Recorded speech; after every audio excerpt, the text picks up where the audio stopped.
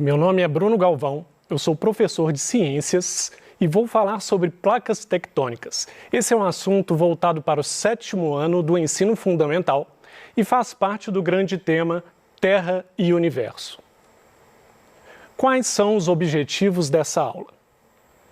Compreender as constantes transformações na superfície do planeta Terra, compreender o contínuo movimento da camada de rocha sólida que recobre a Terra. Então, nós vamos ver aqui como esse movimento dessas rochas, que fazem parte da crosta terrestre, como eles determinam mudanças no planeta Terra. O planeta Terra, ele se transforma desde que ele surgiu.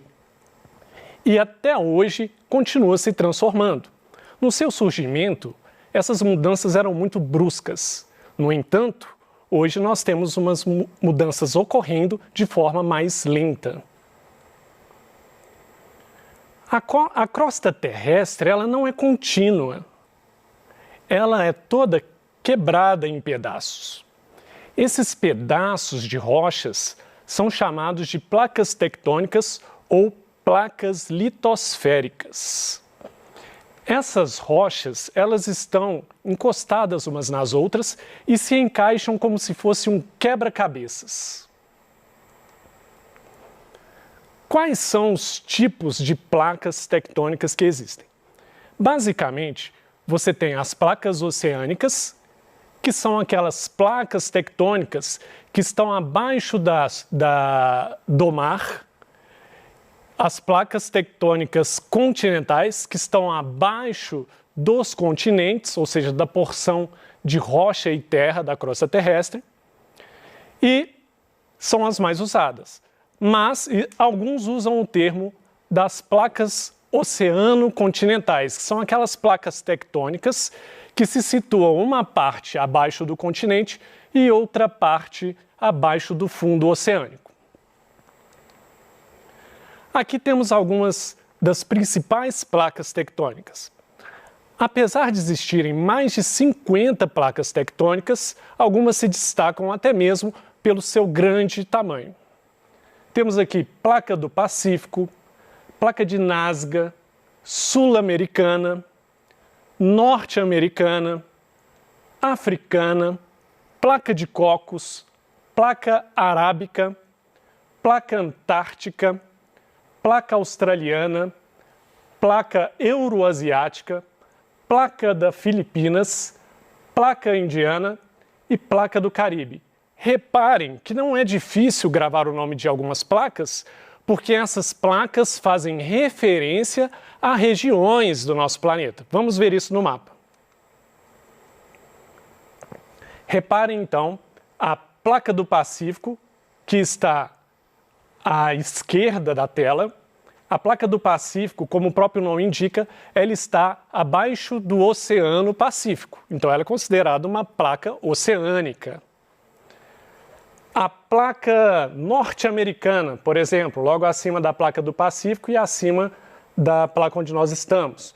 A placa norte-americana, ela é uma das maiores placas que existe, está localizado acima da placa sul-americana, e a placa sul-americana é essa placa onde nós estamos, onde está o Brasil. Repare aqui que a placa sul-americana, essa placa ela faz vizinhança com a placa de Nazca e a placa africana. Então a placa sul-americana, que é a placa onde nós nos encontramos, tem como vizinha a placa de Nazca e a placa africana. E várias outras placas foram demonstradas aqui, são as principais, por serem maiores e ter grande importância em movimentos que ocorrem na crosta terrestre. Bom, falando então em movimento de placas, as placas elas não estão ali paradas, fixas, não, elas têm alguns movimentos, possuem movimentos que vão determinar mudanças no planeta Terra, mudanças principalmente na crosta terrestre, e é isso que nós vamos ver. Mas para entender esses movimentos, devemos entender também como esse movimento ocorre, o que causa o movimento das placas tectônicas. Antes de mostrar no slide, eu gostaria de falar com você sobre esse movimento usando um exemplo na sua casa. Quando colocamos, por exemplo, água dentro de uma panela de pressão para cozinhar qualquer alimento, nós temos que pensar no seguinte: o que acontece dentro da panela de pressão? Primeiro, você fecha a panela de pressão, ela tem um certo nível de água lá dentro. A parte do fundo da panela de pressão é a parte que está recebendo calor primeiro, que é onde o fogo está batendo.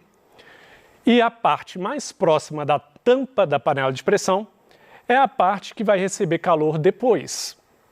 Ou seja, o fundo da panela de pressão, ele recebe calor diretamente e se aquece primeiro do que a região da tampa. Essa água que está lá dentro da panela de pressão, ela vai sofrer algumas transformações. Por exemplo, a água que estiver próximo do fundo da panela de pressão, ao aquecer, ela vai tender a subir. Assim como a água, quando aquecida, tende a evaporar, não é verdade? Bom, quando essa água sobe, ela vai se aproximando da superfície da panela de pressão e, ao alcançar as proximidades da superfície, ela volta a resfriar um pouco. E aí, essa água, ao resfriar, desce novamente. Lá embaixo na panela de pressão aquece novamente, sobe, chega próximo da superfície, resfria um pouco novamente e desce. Esse movimento de aquecimento e resfriamento causa o que a gente chama de corrente de convecção. Agora sim, entendendo a corrente de convecção, nós podemos olhar isso aqui na figura, ok? Bom, eu representei aqui de verde a superfície da crosta terrestre. Logo abaixo dessa superfície, nós temos duas placas tectônicas e essas duas placas estão sinalizadas com setas vermelhas, mostrando que elas estão se afastando abaixo da superfície. A seta amarela, ela indica a produção de calor. Imagina que o fundo da panela de pressão que nós falamos pode ser comparado aqui à proximidade do núcleo da Terra. Lembrando que o núcleo da Terra é muito quente. E o manto, que é a parte que tem o magma, quanto mais próximo do núcleo da Terra ele estiver, mais quente ele está. E esse magma, quanto mais próximo da superfície da Terra, mais frio ele estará também. O que acontece aqui, então, é semelhante ao que acontece na panela de pressão com água. Esse calor vai aquecer o magma que está no fundo, mais próximo do núcleo, e ao subir, esse magma vai se aproximando da superfície da crosta terrestre e quando ele se aproxima da superfície da crosta terrestre, ele volta a resfriar. Aí o magma frio vai descer. E aí o magma aquece de novo, sobe. Quando ele perde uma parte do calor, ele não fica totalmente frio, né? Ele ainda é quente, só que não é tão quente, desce de novo, criando esses movimentos de convecção. Agora pense comigo. Se esse magma está fazendo um movimento de subir e descer, no movimento circular, quando uma placa está acima dele, ele vai batendo nessa placa e causando o movimento dessa placa para o lado que o magma está se movimentando. E se a placa estiver aqui e o movimento for para o sentido contrário, ele vai empurrando essa placa. É isso que essa figura está mostrando. Duas placas se afastando por causa de correntes de convecção, empurrando elas do fundo para cima. Ok? Bom, agora que nós já entendemos como que começa esses movimentos das placas tectônicas, vamos ver quais os tipos de movimentos que podem ocorrer com essas placas. Movimento 1 é o movimento de colisão. É aquele movimento em que as placas tendem a chocar uma com as outras, ok? Esse movimento também pode ser chamado de movimento convergente, porque as placas convergem. Convergir significa se aproximar. E aqui o esquema mostrando duas placas com as setas vermelhas apontando uma em direção à outra. Outro movimento que existe é o movimento de afastamento das placas tectônicas. Ele também é conhecido como movimento divergente e aqui está representado pelas placas por setas vermelhas que se afastam, mostrando que essas placas estão se afastando umas das outras.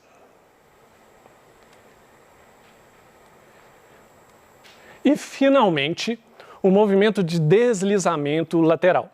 Neste movimento, as placas não se aproximam e nem se afastam necessariamente. Essas placas deslizam umas sobre as outras e esse movimento é super responsável pelo terremoto, por exemplo.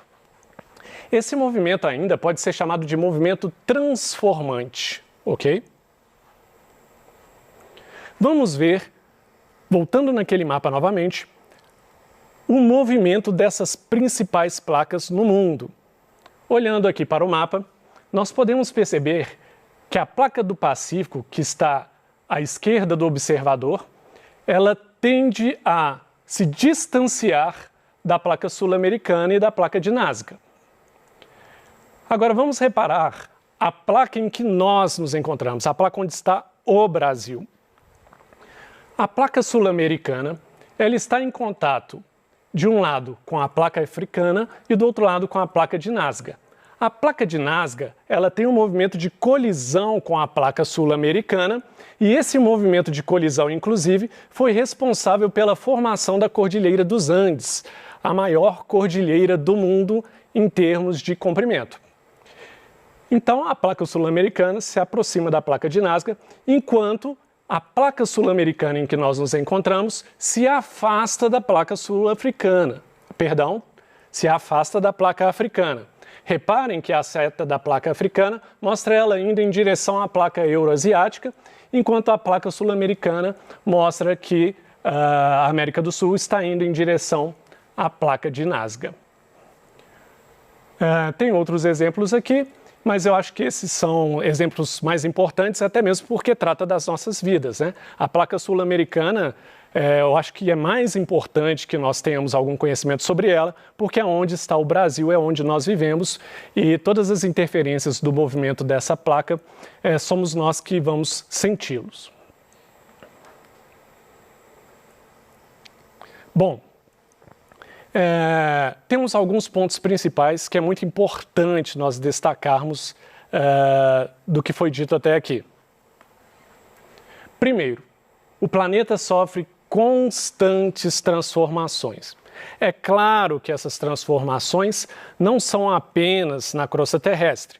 Os gases do nosso planeta se modificaram muito desde o surgimento do planeta e os gases foram mudando e permitindo que houvesse essa atmosfera que faz com que haja vida no nosso planeta.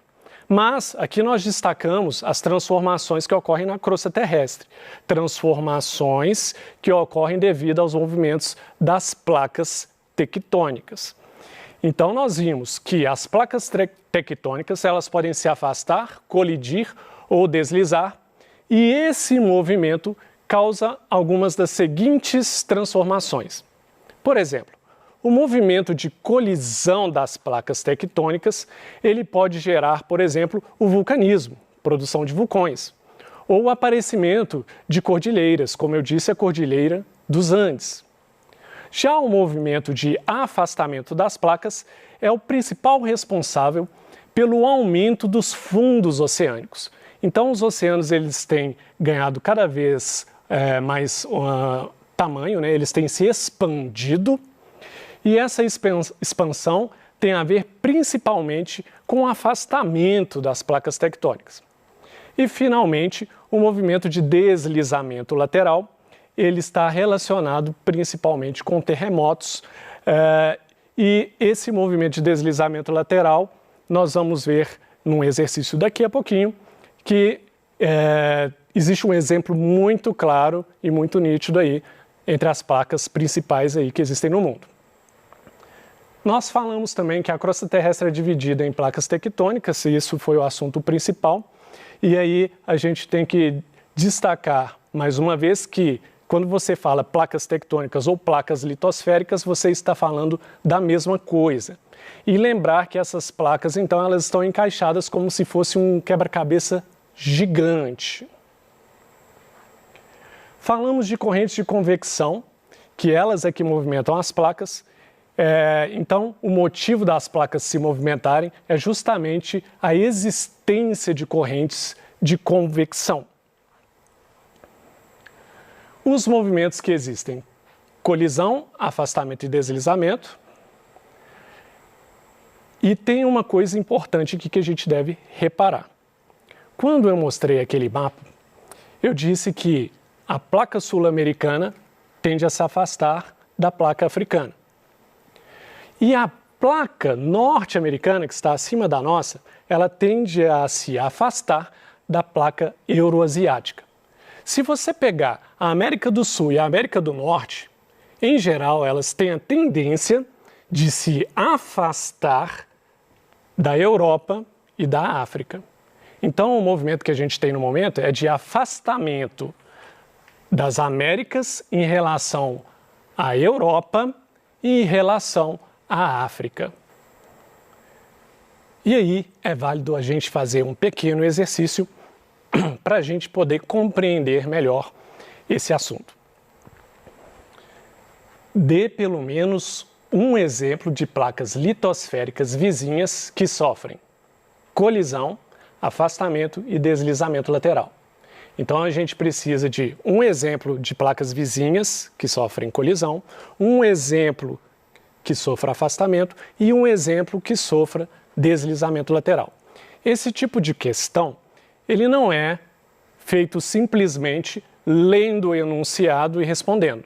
Normalmente, esse tipo de questão vem acompanhado com um mapa e um mapa com setas para que você consiga deduzir ali, através das setas, quais os movimentos que estão ocorrendo entre essas placas, ok? E aí eu vou voltar naquele mapa porque nele tem essas setas que vão ajudar você a resolver esse exercício. Bom, me parece mais interessante que a gente faça sempre referência à placa sul-americana, porque conhecer onde nós estamos, conhecer os efeitos dessas placas tectônicas, conhecer as mudanças do planeta Terra, fazem mais sentido quando você está estudando principalmente e compreendendo como elas afetam a sua vida. Então vamos usar exemplos que têm a ver com a nossa vida, que têm a ver com os movimentos das placas tectônicas que são vizinhas da América do Sul. Vamos aqui. Primeiro, movimento de colisão. A placa sul-americana, ela está colidindo com a placa de Nazca.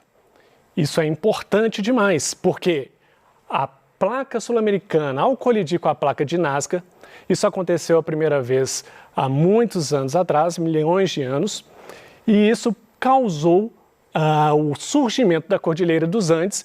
A Cordilheira dos Andes é gigantesca, ela pega o Chile, Colômbia, Peru, Venezuela, Equador, é realmente uma cordilheira enorme, e aí você consegue ter uma noção de como o movimento de placas pode interferir com a crosta terrestre, como ela pode fazer mudanças impressionantes. Então, de colisão, placa sul-americana, placa de Nazca. De afastamento, placa sul-americana e placa africana. É importante a gente saber, nós estamos nos afastando da África. E, finalmente, o movimento de deslizamento lateral, que ocorre entre a placa de Cocos e a placa norte-americana. Lembrando que o deslizamento lateral é um grande provocador de terremotos. É isso que eu queria falar com vocês. Muito obrigado. Desejo a todos bons estudos.